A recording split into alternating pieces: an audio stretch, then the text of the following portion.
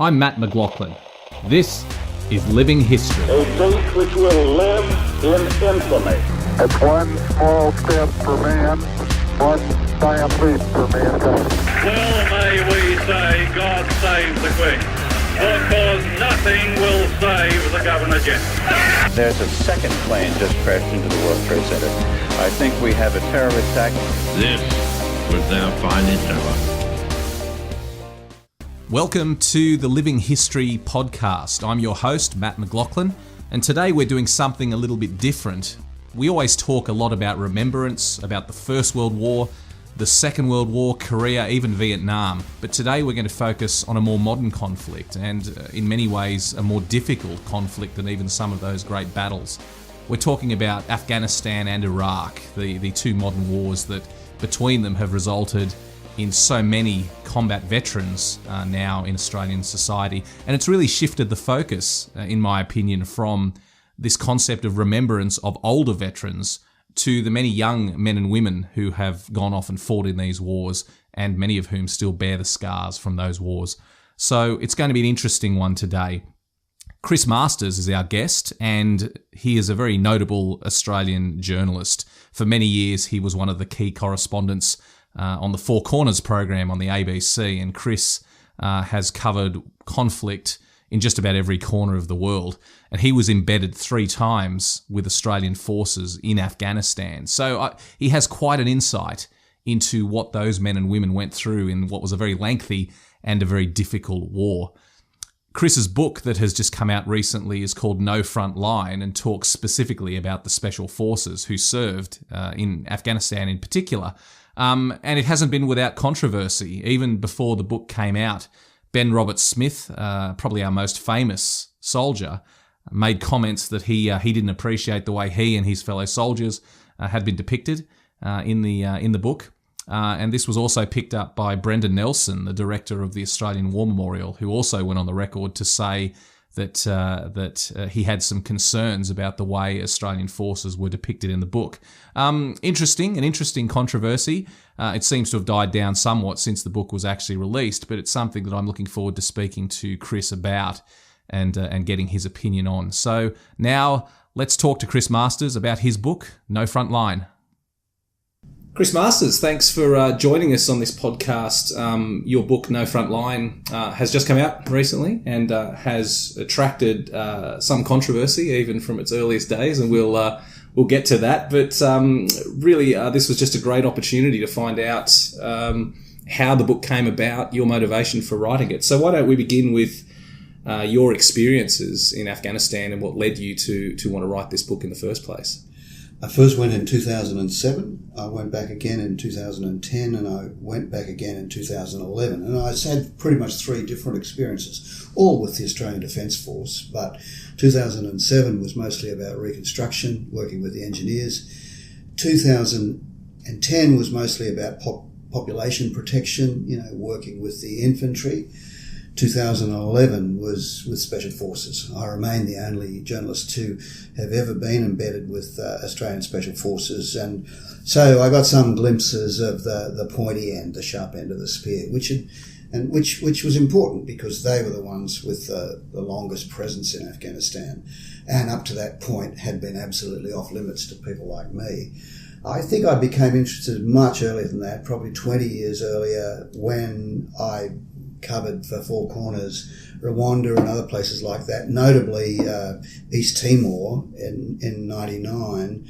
And I started to take an interest in peacekeeping because I, as you know, and I share with you, I've had a long interest in the warfighting, the Australian military history story. But I started to wonder about peacekeeping and whether Australians had some facility for it. So I started doing some work with Defence that ultimately led them to allowing me access to Afghanistan in 2007, and it went from there. In your experience with the Aussie peacekeepers, do you think it's something that Australians are good at, the peacekeeping role? Yeah, well, as I say, that is what got me interested. I remember being in East Timor and talking to families and seeing them wide-eyed with appreciation and enthusiastically telling me how much they liked our soldiers. And I wondered why that was and asked them. And they said, well, they protect us. They were used to people in uniforms taking advantage of them, stealing their money, even stealing their daughters, and so there was a whole different concept for them of the soldier as a protector, and it is, after all, called the Australian Defence Force. And I remember talking to Peter Lay, the Chief of Army, about it at the time, and asking him whether he thought Australians had an aptitude. And he said he thought yes, because we came from a society where we value decency, we value human rights. Ordinary soldiers hate the idea of the innocent being oppressed. And, you can think of examples of that in, say, Somalia, when we go over there in 91 and the local population, the men are belting into the women, and the Australians couldn't stand it, So I like to think that good values is central to Australians when they travel abroad. They become great ambassadors, and I think it stems from who we are. That idea of the Australian soldier and peacekeeper, the role in Afghanistan and Iraq changed several times throughout the length of that conflict. How did you see the Australian soldier? How did you see his role in Afghanistan? How did you see that evolve in the time you were there? Well, it's a good question, because it changed. It is the question, really. In the beginning, of course, the role was counter-terrorism, and that outcome was achieved pretty quickly. Al-Qaeda was very much vanquished within about 12 months because of essentially a special forces presence, a global special forces presence. And then the next development wasn't really a military development, and it wasn't even a development. I mean, I think the failure in Afghanistan was the failure to then provide the civil infrastructure and build the governance that the people expected. They became impatient. There was the massive distraction of Iraq. Afghanistan is often regarded as the good war and Iraq the bad war. And I think it is true that distraction meant that we lost momentum in Afghanistan, and the Taliban, hiding out in Pakistan, was able to say, well, there is a way for us to prevail. We've seen what's going on in Iraq. So they started to melt back, and then, of course, we go back in 2005. The international community is very much there and building its presence from about 20 countries through ultimately to about 50. But that counter-terrorism mission then becomes a counterinsurgency, and it's really not until 2009 that the coalition discovers at last a campaign plan. How are we going to do this? Everybody's approaching it in a de facto ad hoc way. Every nation's doing its own things, exposing themselves to varying degrees of risk, applying all sorts of embargoes. As Churchill said, there's nothing more difficult than coalition warfare, and it is difficult, and it was uncoordinated. But when that campaign plan was finally found, that is COIN, counterinsurgency, I think when Obama came along soon after and announced that there would be a surge and then there would be a drawdown, that's when we lost it militarily, because as the Taliban commonly said, you've got the watches, we've got the time, and we gifted them a campaign plan whereby they knew that they just had to wait us out. And so I think that's pretty much where my position changed, Matt. I'd long been a defender of the mission, because I still think that we weren't on the wrong side. I still think that there is a humanitarian purpose to soldiering, and that was being exercised in a really impressive way. And I wanted to tell those stories because I don't think Australians really understand that the new battlefront, fought in a human space against an enemy that has no uniform, is indivisible from the rest of the population, so all sorts of challenges, and that courageous restraint, which became the mantra of our mission, was just damn simply impressive, the way that soldiers would go out and have to exhibit that particular form of bravery where they were kind of tethered goats. They were there to protect the community, but any minute they could have their legs blown off. All of that was impressive. Then, the Dutch pull out in 2010, the Canadians pull out in 2010, and I start talking to a bunch of the soldiers, and they start questioning why we were there. And some of them have said to me, I think we should have gone then. And looking back on it now, I think much the same. But of course, the US alliance is very important to Australia. And it was a difficult call no matter how you look at it. Australia really wasn't ready to abandon its most important allies, the UK and the US. So, I think the challenges after that were the most severe. And looking back on it now, I feel that, if ultimately it is found that there was misbehaviour, human rights abuses, and Australians are in the frame, it's probably going to be from that period. It was a dehumanising experience to be in Afghanistan without a clear measure of why we were there and what was a true measure of success. How did you find the difference between being embedded with regular army and then coming back and spending time with those special forces operatives? Very different, it was ration packed versus gourmet food. Literally, the SF guys, they took big risks and they were in some massive fights. You've read my book, so you know. I mean, it's a surprise, don't you think, about absolutely how much fighting actually occurred. But essentially, they did the fighting from Camp Russell.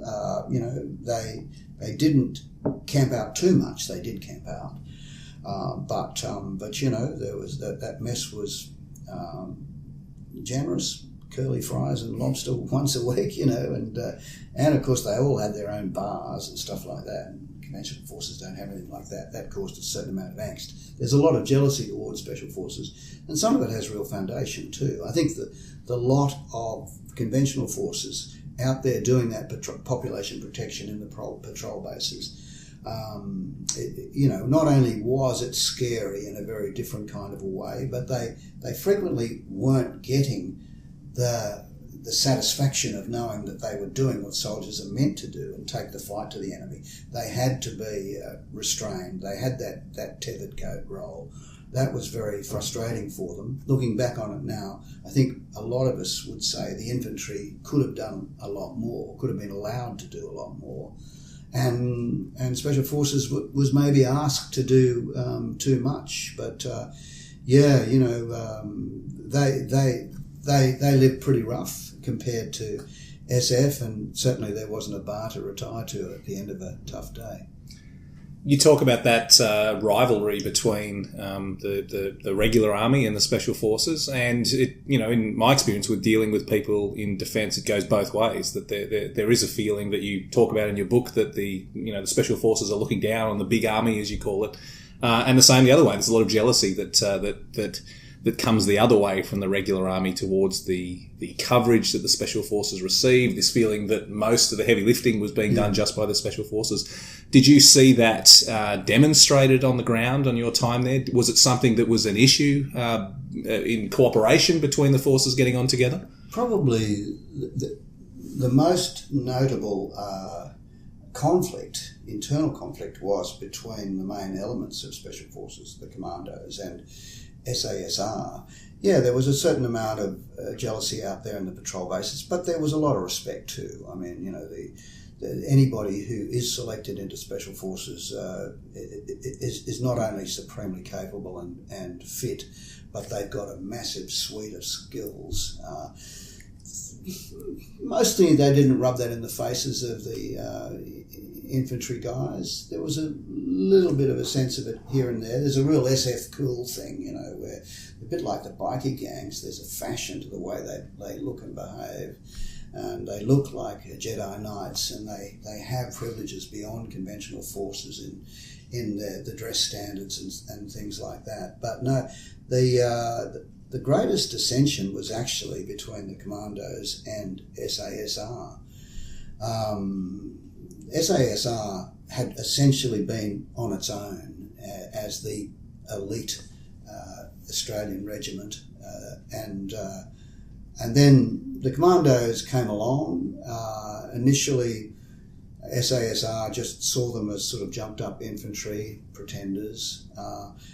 And I think it's true earlier in the piece that the commandos didn't nearly have the skill sets of SASR. The problems over time became more of what it was that they did. They all want to get into a fight, and SASR were the ones that were getting all the privileges. You know, they were the ones that were getting the helicopters and getting the major targets, and the commandos had the rough end of the stick, whereby they were doing vehicle-mounted operations, which over time became exceedingly dangerous because of the IED threat. And their work wasn't nearly as sexy. You know, it was sort of searching compounds for explosives and weapons, etc., while SASR are out there doing the time-sensitive counter-leadership missions, you know, going and capturing or killing Taliban bomb makers and leaders. The commandos got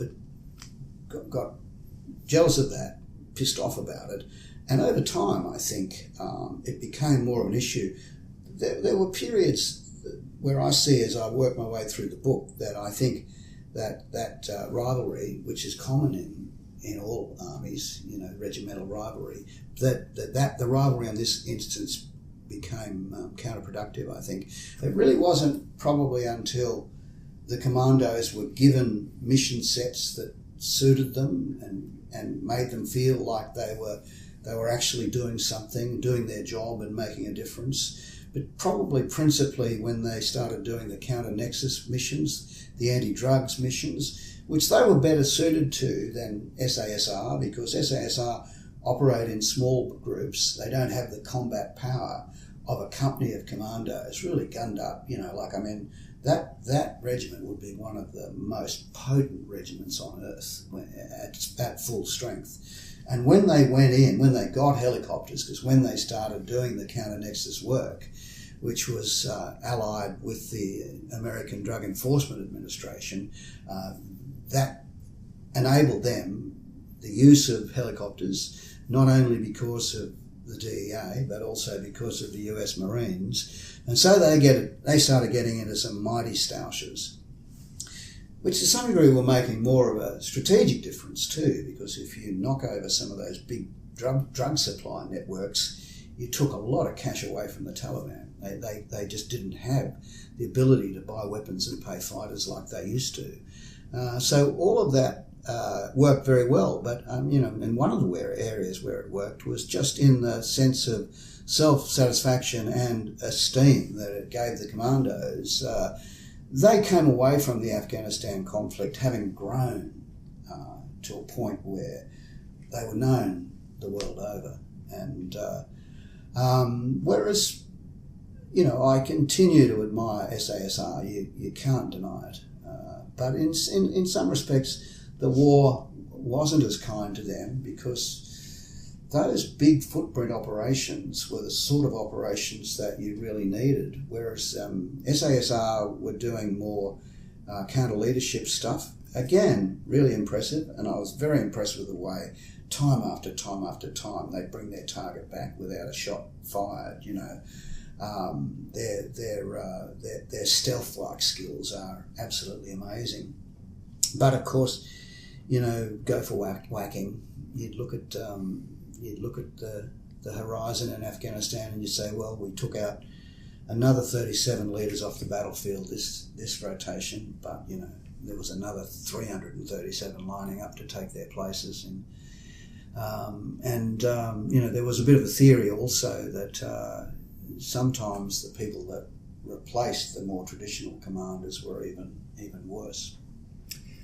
Coming back to the book, obviously you've got a lot of experience with, you know, being there on the ground. What was when you decided you were going to write this book, what was the story you wanted to tell about the Special Forces? And is that the story that ended up in the book?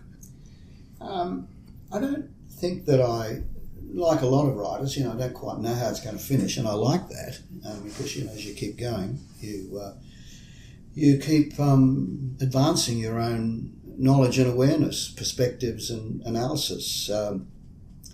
I think I did see that in the beginning, those traditional SAS strategic reconnaissance skills, which I think are depicted earlier in the piece are really admirable and deserved attention.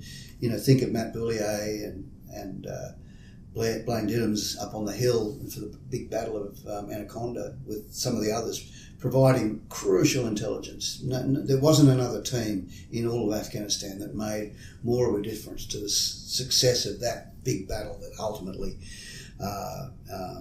defeated Al-Qaeda. And it's great to talk to the old guard and hear them talking about the value of strategic reconnaissance and how a team that managed to fold itself into the hillside, stay there for a week, rations expired after 4 days, but never mind, that's what they're used to. Pain doesn't kill you, as they will say. And then, giving fabulous reporting back to the coalition on the movements of the enemy, but never once being revealed and never once firing a shot, never once taking a life. And being really proud of that. And that wasn't, even though that was a core endeavour, it wasn't the sort of thing that got you medals. And towards the end of the mission, I think it became very different. It became the business of SASR became much more about direct action, about getting into the firefights, and I think there is a bit of an issue in the Special Forces community about whether that was an appropriate development and whether they should now not be going back to their knitting, which is all about providing intelligence and stopping trouble before it starts.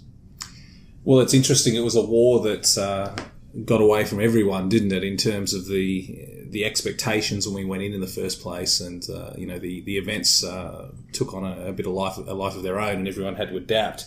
How did the SAS guys and the Special Forces guys enjoy having a journalist in their midst? It was a mixed story. A lot of them certainly were hostile to me.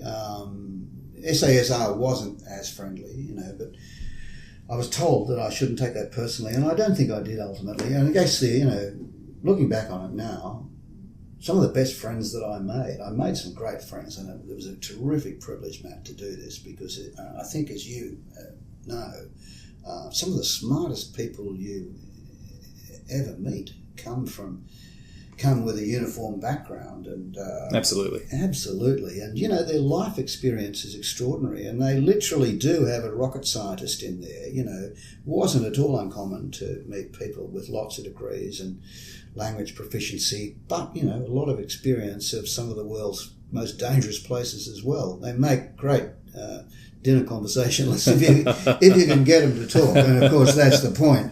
The reason that I had a lot of difficulty was because it is core culture for them not to spruik about what they do. They don't boast. They don't seek credit or acknowledgement. Their idea of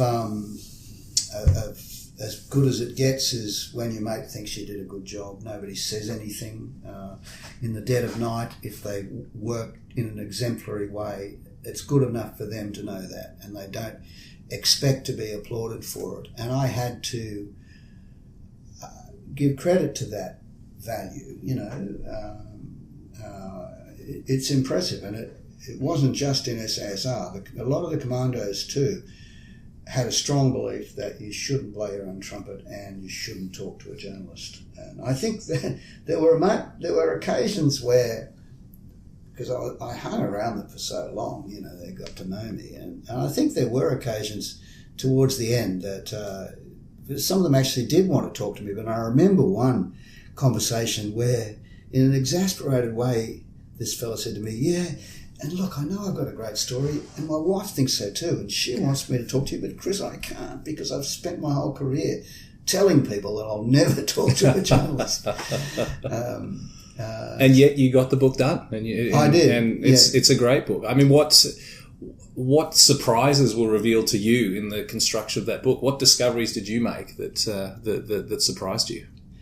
I think that one thing to say, is with our mutual interest in military history and what it demonstrates about the character of the nation, I did think that the young men and women of Australia are doing as much for this country and demonstrating the strength of their character in the same way that our ancestors did, great-grandparents. Really? Because that's a question that comes up a lot. Would the iPad generation of today, do what their grandparents and their great-grandparents did in previous wars? So you think they would, absolutely? I think they do, and I think they do it in a different way. And even some of the older hands in the Special Forces community would say to me that they were a little bit suspicious of the XY generation when they were coming in, the iPad generation. But one of them talked to me once about one of the older warrant officers, tough, that looked like somebody out of a Marine recruitment film. Western Hennessy, they call him H, barrel-chested, big, tough guy. He actually fought with US Special Forces and was awarded a couple of Bronze Stars.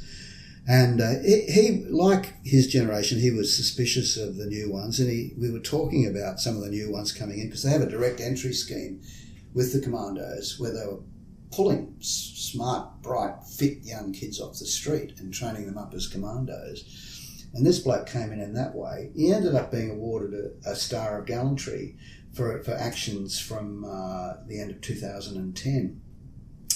And he had to admit that this guy was as good as anyone else and better in a way because he had some of those XY generation skill sets too. He wanted to learn languages. He was culturally interested in the community. What they call it white space objectives, the hearts and minds stuff. He signed on to that in a way that a lot of the old school diggers wouldn't, and when it came to a fight, he just seemed to know what to do. He stepped up, literally climbed up on the roof of a compound, backed himself, stood in the open, attracting a lot of fire with a 66 rocket, knocking the enemy off one by one. Did it time and time again. They speak a lot about some of those young soldiers, and the one that I write about, Trini, Albert Trin, who got killed 4 times, survived. Amazing,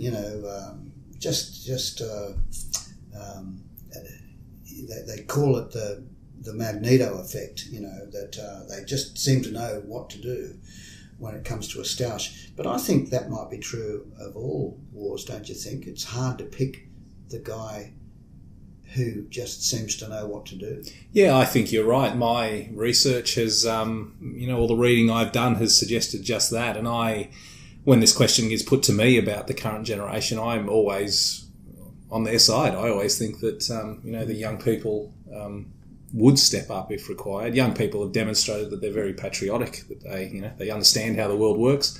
As you say, they do it in a different way from our generation. But no, I'm actually quite heartened to hear your comments in that regard.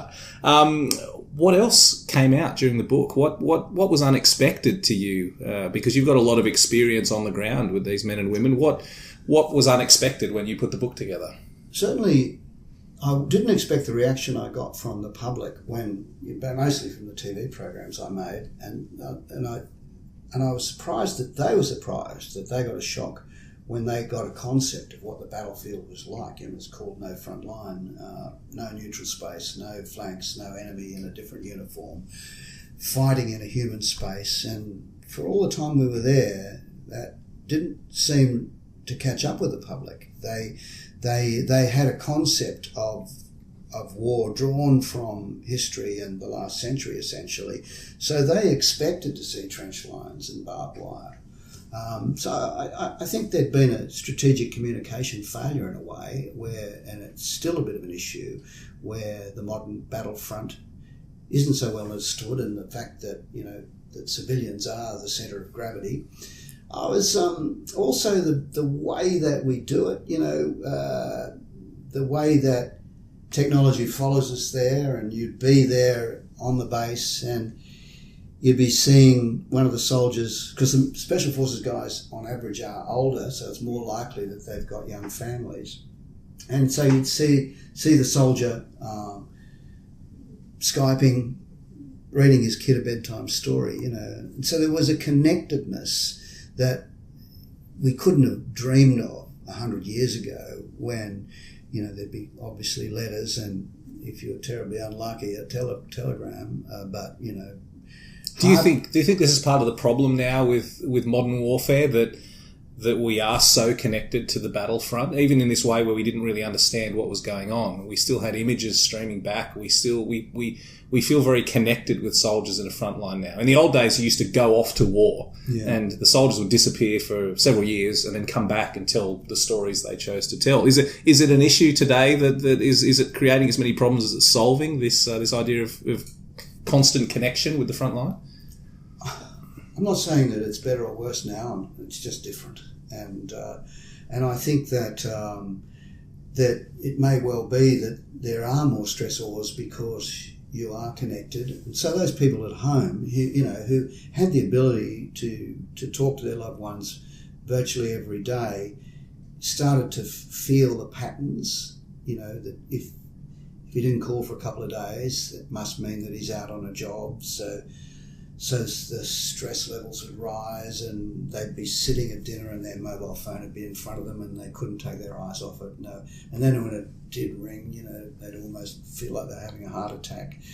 I think that also the nature of the war itself, where it's a war of so-called choice compared to a war of necessity, and it's almost like we're outsourcing risk and responsibility to that defence community. Whereas they are very well connected. I think the rest of us aren't so well connected because we didn't have any reporters over there apart from visitors like myself. There was no permanent presence in Afghanistan, which I think was a shocking mistake when you consider the terrific reputation Australia has in war reporting. But for our longest war, for some reason or other, we had no permanent media presence. So I think that on the public front, there wasn't the connectedness, but in the homes of that small defence community, whereas Anzac looms large in the public consciousness, in actual fact, the ADF is really very small, and it felt to me like they were frequently out on their own. One of the female soldiers said to me, she came back significantly hurt by the experience, and I asked her why, and she said, "Look, Chris, it wasn't anything in particular. It was more that in general the experience broke my heart because it was such a cruel place to be, and that weighs on you after a while." And so I felt, and I put a lot of effort, as has Brendan Nelson and others at the War Memorial, in trying to bridge that divide, so that the intense experience that they have isn't met by indifference back at home. We should touch on the controversy that surrounded the book, even before it came out. Shortly before it came out, there was some quite heated comments in the press from a number of people. Did that surprise you? The controversy from particularly with Ben Roberts-Smith and Brendan Nelson weighed in as well. Yeah. Did that surprise you, the way they reacted to the book? It did surprise me because I think they overreacted.